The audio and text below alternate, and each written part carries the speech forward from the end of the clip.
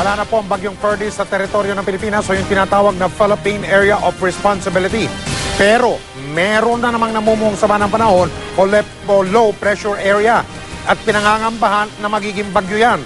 Ang detalye, alamin natin mula sa ating pinagkakatiwalaang resident meteorologist, ang tunay na ekspertong totoo, si Ginoong Nathaniel Cruz. Mang Tani.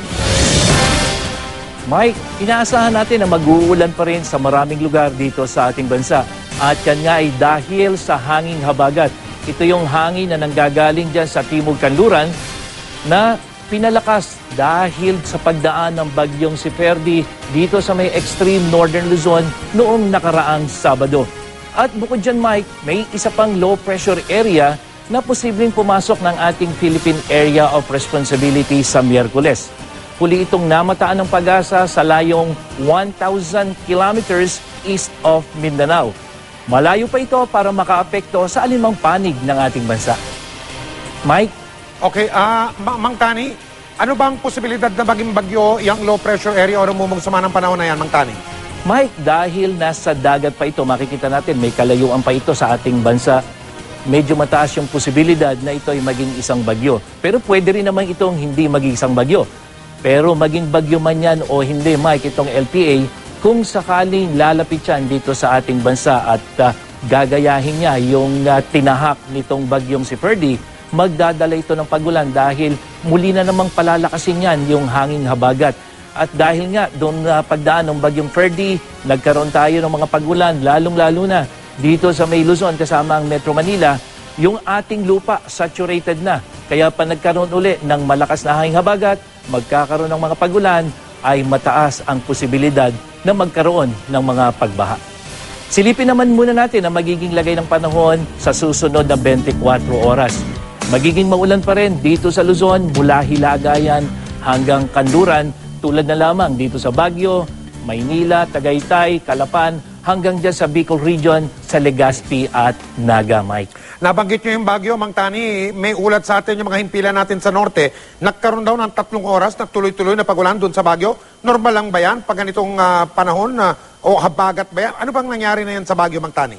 Mike, kapag kasi habagat, hindi yan tulad ng thunderstorm na sandali lamang 1 o 2 oras ay natatapos na.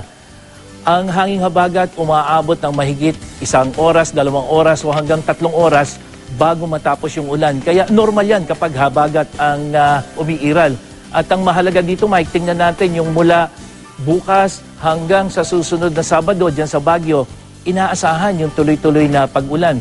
Kaya pinag-iingat natin yung ating mga kababayan dahil kahit mataas na lugar yan, Mike, ay posibleng magkaroon ng pagbaha, lalong-lalo na kung tuloy-tuloy ang pag-ulan.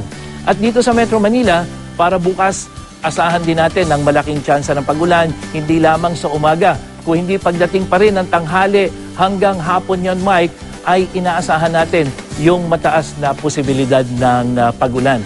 At sa Visayas, magiging maulan din, lalong-lalo na dyan sa kanlurang bahagi, katulad niya sa may Boracay, at ito ay dahil sa epekto ng hanging habagat. At sa Mindanao, hindi na po yan masyadong apektado ng habagat. Mayroong mga pag-ulan pa rin, Idapawan, Coronadal, dyan sa General Santos, at ito ay epekto naman ng tinatawag nating local thunderstorms. Kaya huwag pong kalimutan yung mga panangga sa ulan. At dahil pa rin sa hanging habagat, makataas pa rin ang gale warning ng Pag-asa dito sa northern and western seaboards ng Luzon. Ibig sabihin niyan, mga kapuso, hindi po maganda ang kondisyon ng dagat para sa pagpalaot, lalong-lalo na yung mga maliliit na bangka. Inaasahang aabot kasi ng mahigit 2 metro pa po yung taas ng alon dyan. Kaya payo sa ating mga mangingisda, hanggat maaari ay pagpaliban mo na ang inyong paglalayag.